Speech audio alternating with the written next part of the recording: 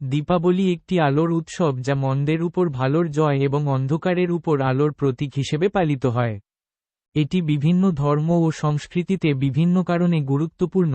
হিন্দু ধর্ম অনুসারে 14 বছর বনবাসের পর ভগবান রামের অযোধ্যায় ফিরে আসা এবং রাবণ বধের স্মরণে এটি পালিত হয়।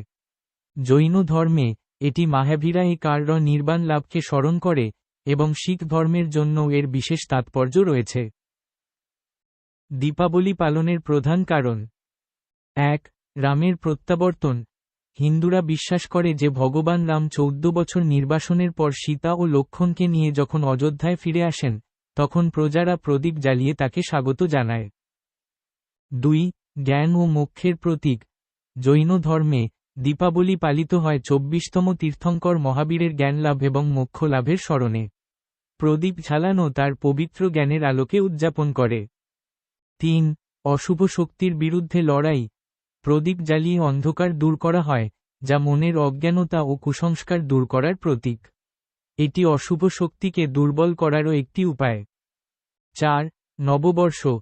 গুজরাটি এবং কিছু উত্তর ভারতীয় হিন্দু সম্প্রদায়ের কাছে দীপাবলি নববর্ষের সূচনা করে। এবং 5. ফসল কাটার উৎসব। এটি শীতের আগে ফসল কাটার ঋতুর সমাপ্তি উদযাপনের একটি উৎসবও হতে পারে।